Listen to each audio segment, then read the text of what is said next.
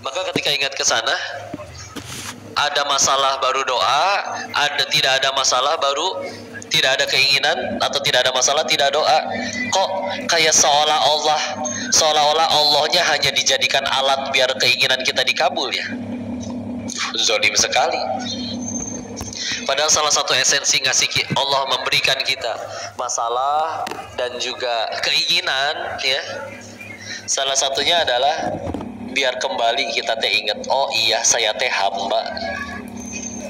Contoh ya, masalah sekecil ini, uang saya banyak, teman-teman banyak, relasi banyak, kok nggak selesai juga.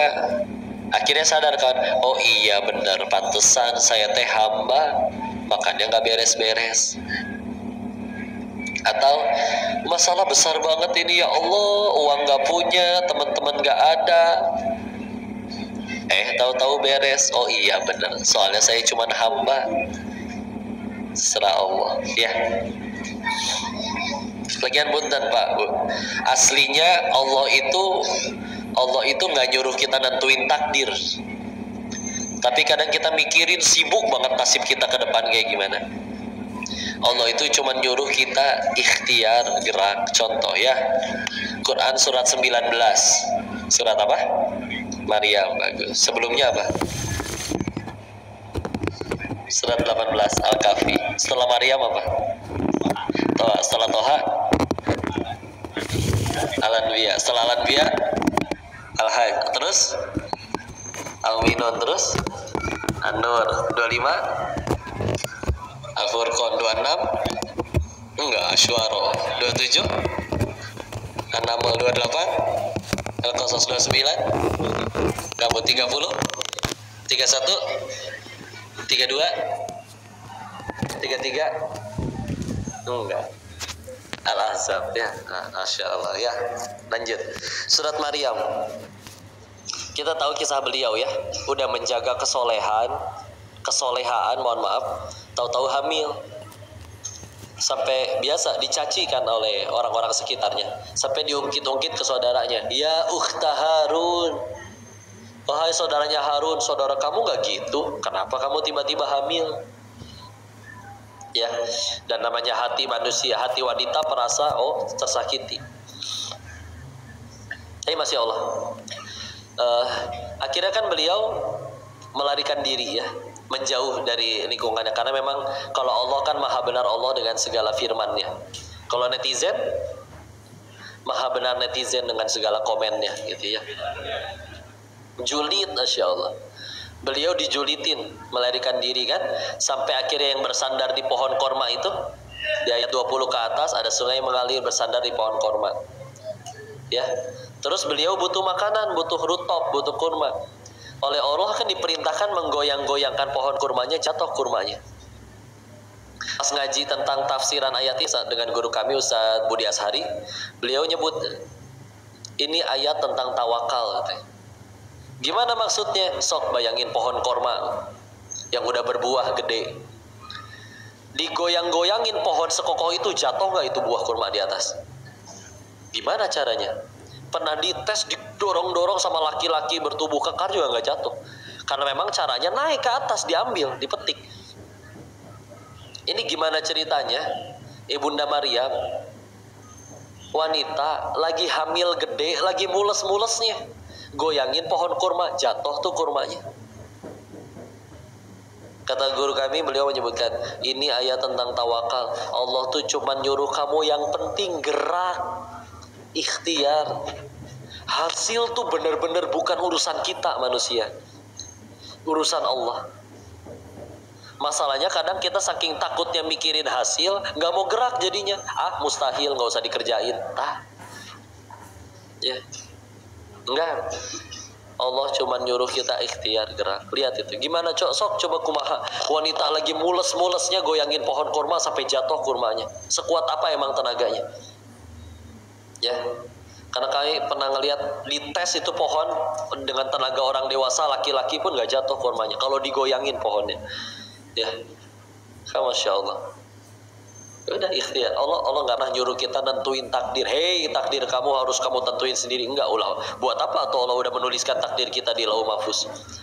Kalau misalnya kita masih, karena emang Allah nyuruh kita udah ikhtiar.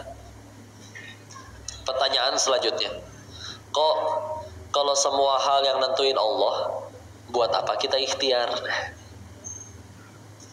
Dokter misal dokter, ya, dia berkata, ini pasien sakitnya separah apapun, saya nggak sentuh pun, kata Allah sembuh. Yakin? Yakin. Pasien kedua datang, sakitnya cuma hapur, panu. Tahu panu? Yang suka putih-putih ini. Apa saya panu sekujur tubuh kali ya jadi putih begini? Ya. Dokternya 1000 orang, sakitnya panu. Kata Allah tidak sembuh, harus wafat. Yakin? Yakin. Maka dokter ditanya sama pasien yang lain. Terus buat apa dokter datang ke UGD tengah malam ditelepon? Kan yang nyembuhin Allah, bukan dokter. Capek-capek, ya. Buat apa kita ikhtiar? Buat apa kita ikhtiar? 1, agar jadi amal soleh. Benar, yang penting jadi amal. Contoh ya, contoh. Dibalik kayak gini Allah berkata misalnya kayak gini, ada orang seumur hidup seluruh keinginannya dikabul, nggak usah berdoa, begitu ngelamun 5 menit kemudian jadi kenyataan. Tapi tidak ada satupun ucapan, tindakan, perbuatan yang jadi amal soleh, jadi pahala di sisi Allah. Meninggal berarti bawa apa? Capek doang di dunia, nggak bawa bekal. Ya.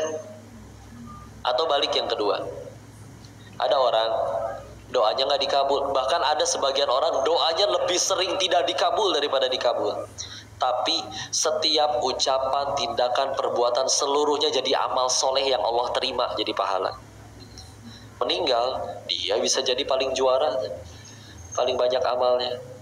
So, makanya kadang kalau kita tujuannya belum amal soleh di sisi Allah, belum ridho Allah, oh berat. Bantuin orang dia nggak terima kasih, bete kita. Karena yang dikejar tadi bukan Allahnya, masih dianya. Tapi orangnya mau balas budi atau tidak, selagi yang dikejar amal soleh di sisi Allah, Allah masa iya sih nyanyain setiap perbuatan kita? Nih teteh, siang-siang panas kayak gini tetap mau berkerudung syar'i, laki-laki aja kepanasan, tapi tetap mau, cuman karena Allah suka. Jangan dikira setiap tetes keringatnya tidak akan Allah ganjar, ada balasannya itu di sisi Allah, gak akan Allah sia-siakan. Ya. Oh, maka enak itu kalau udah yang dikejar Allah saja, ya. Makanya ya orang bilang makin soleh, makin takwa, makin beriman, kok makin gak pernah marah, makin gak pernah ngambek, makin gak pernah ngeluh, makin gak pernah kecewa. Padahal menurut orang dia makin miskin, dia kok ngaco ya ninggalin perusahaan riba itu, dia kok ngaco ya ninggalin uang sebanyak itu, hanya demi Tuhan yang tidak terlihat itu, katanya. Yang habis ngomongin kayak gitu tiap malam masih nangis mikirin cicilan, ya stres. Yang udah ngejar Allahnya udah tenang gitu. Kenapa ya mereka nggak pernah ngambek, nggak pernah ngeluh, nggak pernah kecewa? Bahkan ketika ditanya kenapa sih kamu nggak pernah marah, saya tidak menemukan alasan untuk marah. Kenapa marah? Loh, kamu kan habis dijahatin orang, apa ruginya dijahatin? Saya tahu bakal mati, pengen ke surga, dosa banyak, lumayan dijahatin dia kan gugurin dosa. Ah, ajib eta jawaban. Ya, meni ikhlas ya Allah. Tapi kan kamu udah bantuin dia, dia malah jahat. Ini dari awal berbuat baik bukan dia suka, tapi biar Allah suka. Apa artinya satu dunia cinta Allah benci? Ah, ajib eta ya. Tapi kan kelakuannya nyebelin. Meninggal nggak ditanya kelakuan orang, ditanya kelakuan masing-masing. Ya Allah, ini orang, insya Allah. Ya. Meni legowo teh enak ya. Kan dalam Islam yang rugi bukan yang dizolimi katanya, tapi yang menzolimi. Coba dia zolim gak tobat, repot urusannya di sisi Allah. Sambil dia zolim, saya dizolimi, kan transfer pahalanya ke saya. Pahala dia habis, dosa kita diangkut dia. Jadi saya teh ruginya belah mana? Ya, kok kita masih gampang ngambek? Ya sederhana, kita belum pengen surga kali. Ya, Beliau amat sangat pengen surganya Allah, makanya ya udah, mangga ya silakan, terserah mau diapain aja, yang penting kau suka. Ya. Wah, enak banget hidup kayak gitu tuh ya, lega ya.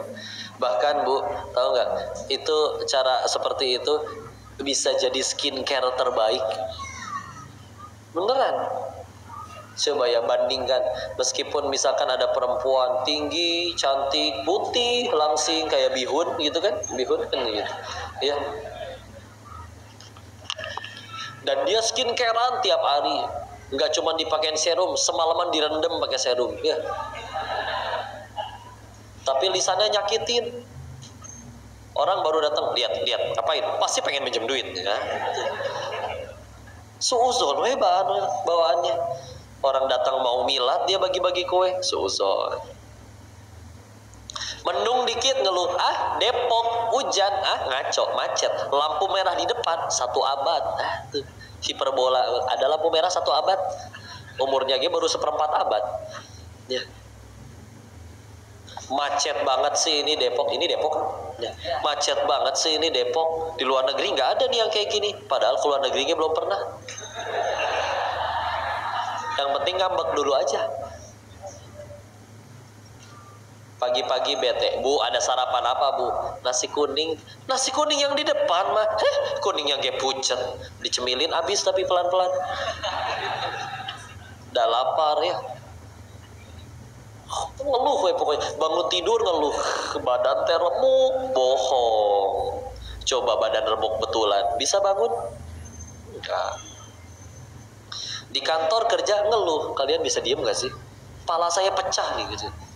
Coba pala pecah beneran di kantor, repot, OB darah di mana-mana, dipel, ya. Bohong, ya. Kadang penderitaan kayak nggak mau kalah. Ada apa ini rame-rame? Iya, dia jatuh dari motor terus spionnya lepas. Baru spion lepas, kaki saya lepas juga pernah. Nggak mau kalah, penderitaan juga. Didengarnya enak atau enak? Didengarnya enak atau enak? Nah, pernah dengar orang yang kayak gitu? Terdengar jelas suaranya? Karena bisa jadi suara kita sendiri. Ya. Ngeluh. Padahal nggak mungkin Allah menakdirkan yang buruk buat kita. Beneran ya, contoh ya, orang main judi kalah melulu, rungkat, demi Allah itu pertolongan. Iya tuh lumayan gugurin dosa, jadi bisa tobat. Coba menang wae, mana bisa tobat? Mumpung kalah jadi bisa tobat. Iya. Koruptor 10 ketangkep 1, bete yang 1. Kenapa teman saya yang 9 nggak ditangkap? Setelah jalanin masa hukuman, bersyukur tuh. Alhamdulillah ya Allah, saya yang ditangkap, jadi bisa kenal Islam, jadi bisa tobat.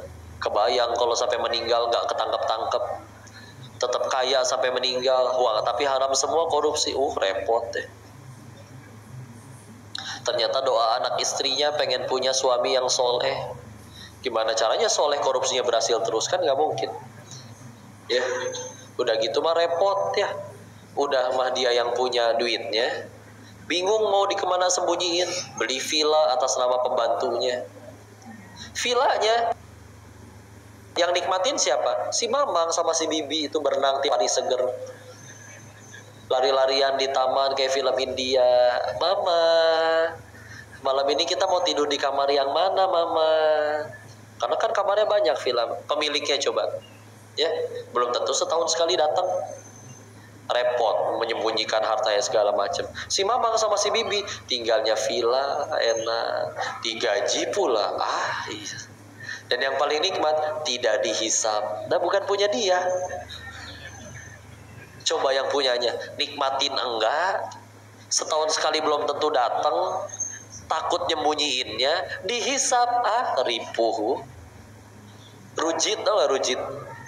Rusak melejit. Terserah saya lah bikin singkatan apa aja ya. Udah capek ya. Udah asli. Mau takut apa sih? Rezeki misalkan. Ukur ya. Jarak saya ke air ini ya. 1, 2, 3. Berapa? 3 jengkal. Sekarang ukur jarak air ini dari gunung nyampe ke botol ini ya. Jauhan mana? Jauhan dari saya atau dari gunung? Gunung. Ada, tapi di sini tuh gratis. Gratis kan, Pak? Kirain suruh bayar ya. Bisa di tuh aman. Mau takut rezeki, panik ini otak mikirin rezeki. Dulu sebelum otaknya jadi juga udah ada rezeki. Waktu masih jadi janin di alam rahim. Emang udah jadi otaknya. Tetap aja tuh ibunya makan jengkol, pete, apapun ya. Ya jadi nutrisi diaturin. Ampasnya dibuang, nutrisinya disalurin ke bayinya tanpa mikir. Pernah ngeliat nggak ada ibu-ibu? Bu, lagi apa bu? Bentar kok, saya tadi makan wortel. Ini vitamin A nya baru nyampe usus nih. Ini sekarang sedang saya arahkan biar ntar melenceng. Tuh kan nggak kena si bayi saya tuh, repot. Aman lah, kadang sambil maksiat tetap teratur itu. Ya. Ini nafas kayak gini nih. Ini kan nggak cuma ada oksigen. Meskipun tubuh butuhnya oksigen. Coba anak SD kelas 3 udah belajar. Di bumi ini tuh oksigen cuma 20 atau 21%. Sisanya nitrogen. 1% lainnya gas-gas yang lain. Ini kita ngehirup nih. Ada bau kelek orang, bau kentut orang, ikut kehisap. Masuk ke paru-paru. Kok si tubuh ngerti yang diambil oksigen doang? Coba tuh siapa yang ngaturin? Ternyata kata orang biologi, di dalam darah manusia itu ada yang namanya hemoglobin. Yang secara kimiawi, dia lebih mudah berikatan dengan O2 oksigen. Makanya ketika kita hirup apapun masuk ke paru-paru, ke bronkus, bronkiolus, alveolus, dijemput sama darah. Nempel tuh si darah ketemu dengan udara. Si hemoglobin ngikatnya cuma bisa oksigen doang, baru dialirin ke seluruh tubuh. Tanpa mikir. Ya. Diaturin tuh kadang sambil maksiat. Makanya orang-orang tersoleh terdahulu mah kalau ditanya, siapakah Allah bagimu? Dialah yang memasukkan udara ke ruanganku meskipun aku sedang bermaksiat mengkhianatinya di dalamnya. Allah atur amat ya. Lahir si anak, ibunya nggak ada ASI, ada sapi. Coba sapi makan apa, Pak? Rumput, jadi susu. Tapi coba kita makan rumput, Pak, jadi penyakit, Pak. Ya. Makan kangkung melulu aja jadi penyakit. Ya. Jadi, ya. Dan ternyata susu yang beredar di Indonesia itu nggak semuanya dari Indonesia. Sapinya di luar negeri, Pak. Di New Zealand. Tahu itu New Zealand di mana? Dekat Ciamis mungkin ya. New Zealand. Nyampe ke sini susunya. Luar biasa. Masuk mana yang lebih hebat? Bayi yang datengin sapi atau sapi yang datengin bayi?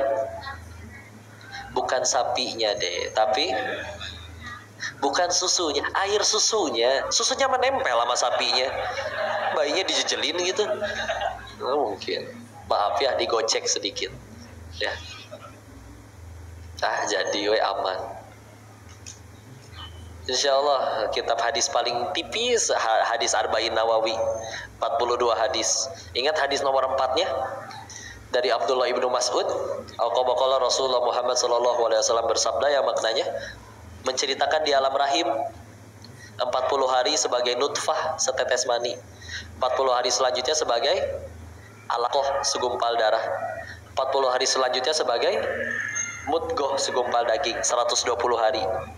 Barulah Allah tiupkan ruh. Termasuk ketika ditiupkan ruh ditentukan rezekinya. Salah satu alasan kita belum mati hingga hari ini, rezeki yang sudah Allah tentukan di hari itu belum kita terima semua. Beneran. Ada kisah ini waktu kemarin